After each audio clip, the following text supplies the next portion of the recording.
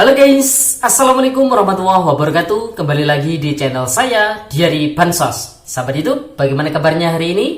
Semoga sahabat YouTube semua dalam keadaan sehat, tambah rizkinya, dan tentunya semakin sukses. Pada kesempatan kali ini saya akan menginformasikan kepada sahabat YouTube semua tentang dua pengumuman penting bagi pemilik kartu KIS BPJS Kesehatan dan juga bagi pemilik kartu KKS Merah Putih. Dan ini berlaku mulai bulan Januari tahun 2023 ini. Salah satu informasinya apakah terkait dengan iuran BPJS Kesehatan itu bisa dicairkan. Nah, untuk mengetahui jawabannya, simak video ini hingga akhir. Jangan di skip supaya tidak menimbulkan gagal paham dan tentunya salah paham.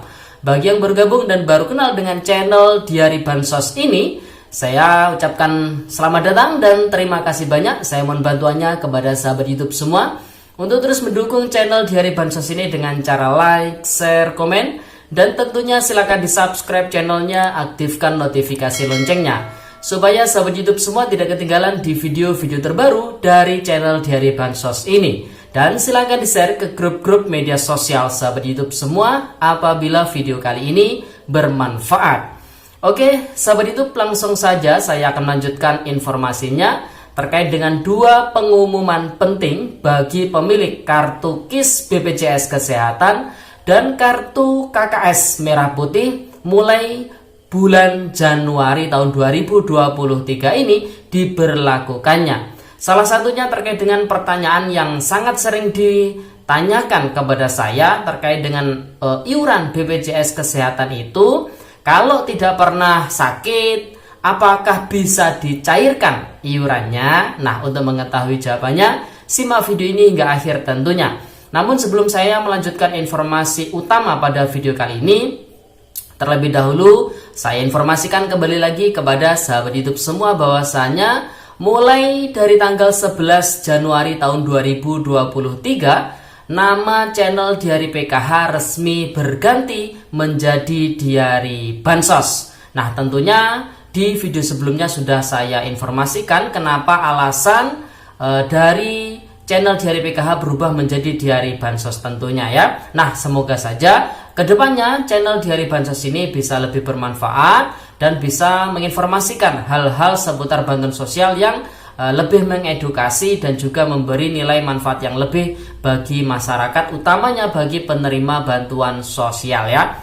Oke, sahabat YouTube, terkait dengan penyaluran bantuan sosial PKH maupun BPNT, ini baru saja ada yang chat pribadi melalui WhatsApp saya, Mas, kapan bantuan PKH dan BPNT dicairkan di tahun 2023 untuk tahap yang pertama? Karena sudah banyak yang bertanya kepada saya. Mungkin yang bertanya kepada saya ini adalah ketua kelompok yang memang biasanya menjadi rujukan ataupun menjadi jujukan pertanyaan-pertanyaan dari para penerima bantuan PKH ya sahabat itu. Jadi hingga video ini saya publikasikan dari Kementerian Sosial Republik Indonesia tidak ada ya, atau masih belum ada, baik itu informasi melalui pesan berantai di grup WhatsApp ataupun melalui surat resmi dari Kementerian Sosial Republik Indonesia yang mengatakan terkait dengan jadwal pencairan bantuan PKH ataupun BPNT. Jadi kalau misalkan ada channel ataupun informasi di media sosial yang mengatakan secara detail jadwal pencairan ataupun verifikasi PKH maupun BPNT itu sebatas prediksi belaka ya sahabat YouTube. Karena dari Kementerian Sosial Republik Indonesia terkait dengan jadwal verifikasi itu memang dilakukan setiap bulannya ya.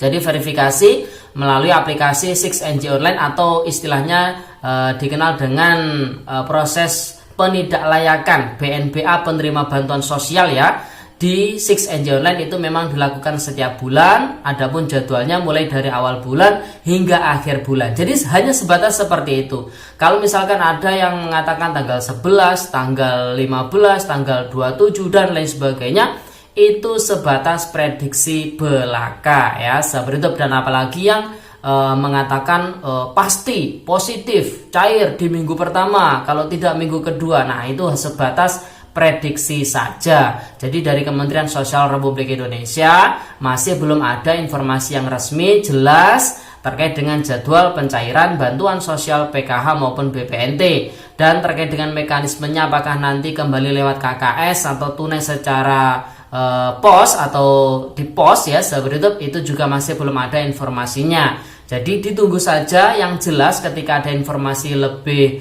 lanjut yang resmi dari Kementerian Sosial Republik Indonesia akan kita sampaikan di channel Diari Bansos ini ya sahabat YouTube. Nah sahabat YouTube, langsung saja terkait dengan dua pengumuman penting bagi pemilik kartu KIS BPJS Kesehatan dan juga bagi pemilik kartu KKS Merah Putih. Langsung saja yang pertama ini bagi pemilik kartu KIS BPJS Kesehatan. Nah ya sahabat YouTube, bagi yang memiliki kartu KIS BPJS Kesehatan silakan disimak baik-baik informasinya. Ada sebuah pertanyaan, apakah iuran BPJS Kesehatan bisa dicairkan? Setiap peserta BPJS Kesehatan berkewajiban untuk membayar iuran setiap bulannya. Namun bila selalu membayar iuran dan tidak pernah sakit, apakah BPJS Kesehatan bisa dicairkan? Nah ini juga yang sering bertanya, Mas saya punya kartu KIS tapi tidak pernah sakit.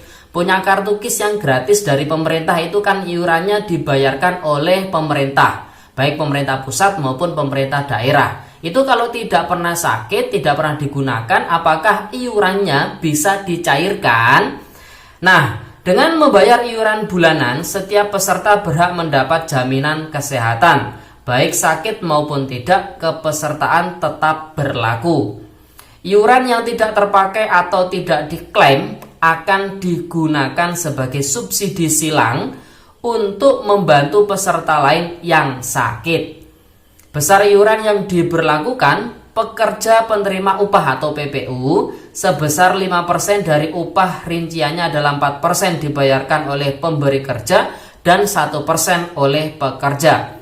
Kemudian pekerja bukan penerima upah PBPU dan bukan pekerja atau BP, kelas 1 sebesar Rp150.000 per orang per bulan.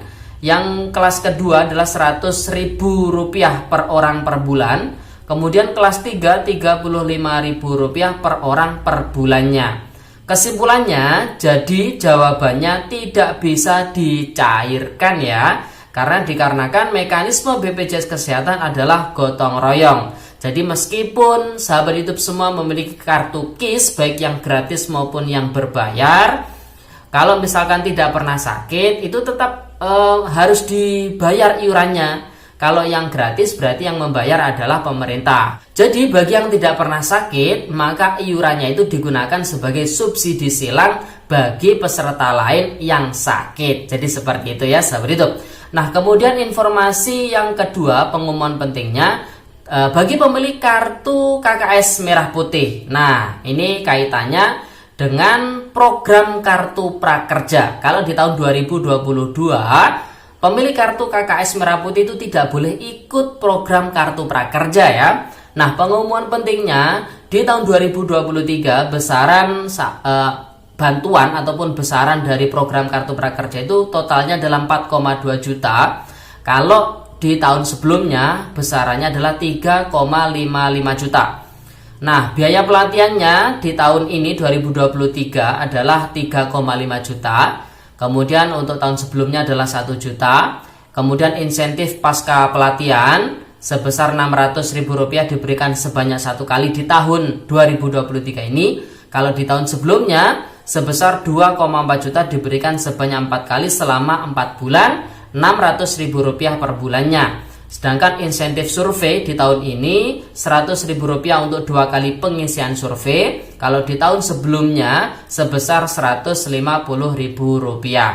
Nah, sistem pelatihan dilakukan secara luring atau offline, kemudian ada yang daring maupun yang campuran atau hybrid untuk di tahun 2023 ini. Sedangkan di tahun 2022 atau di tahun sebelumnya itu all semuanya dilakukan secara online.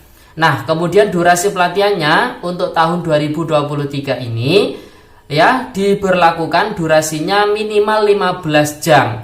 Lebih panjang dibandingkan tahun sebelumnya yang minimal 6 jam. Program Kartu Prakerja tahun 2023 resmi dilanjutkan dengan skema normal, menyasar 1 juta peserta. Anggaran yang dibutuhkan di tahun 2023 sebesar 4,37 triliun dan di tahap awal disiapkan anggaran 2,67 triliun dengan menyasar 595.000 peserta yang akan dimulai di triwulan pertama di tahun 2023 ini ya.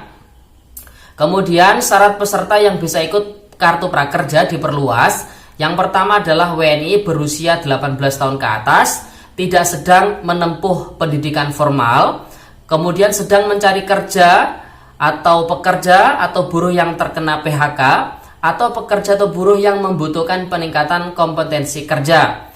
Bukan pejabat negara, pimpinan dan anggota DPRD, ASN, prajurit TNI, anggota Polri, kepala desa, perangkat desa, direksi atau komisaris atau dewan pengawas pada BUMN atau BUMD. Kemudian maksimal 2 NIK atau nomor induk kependudukan dalam 1 KK yang bisa mengikuti program Kartu Prakerja. Kemudian penerima bansos dari kementerian atau lembaga lainnya boleh mendaftar. Nah, ini catatannya bagi pemilik kartu KKS Merah Putih yang tentunya pernah menerima atau saat ini menerima bantuan sosial dari Kementerian Sosial Republik Indonesia. Di tahun 2023 ini bisa ikut program Kartu Prakerja ya sahabat hidup. Jadi ini kabar gembiranya dan ini mulai berlaku di bulan Januari tahun 2023 ini. Oke sahabat hidup, itu informasi yang bisa saya sampaikan pada video kali ini. Semoga videonya bermanfaat dan sampai jumpa di video terbaru di hari Bansos berikutnya. Sekian, terima kasih. Salam PKH. Wassalamualaikum warahmatullahi wabarakatuh.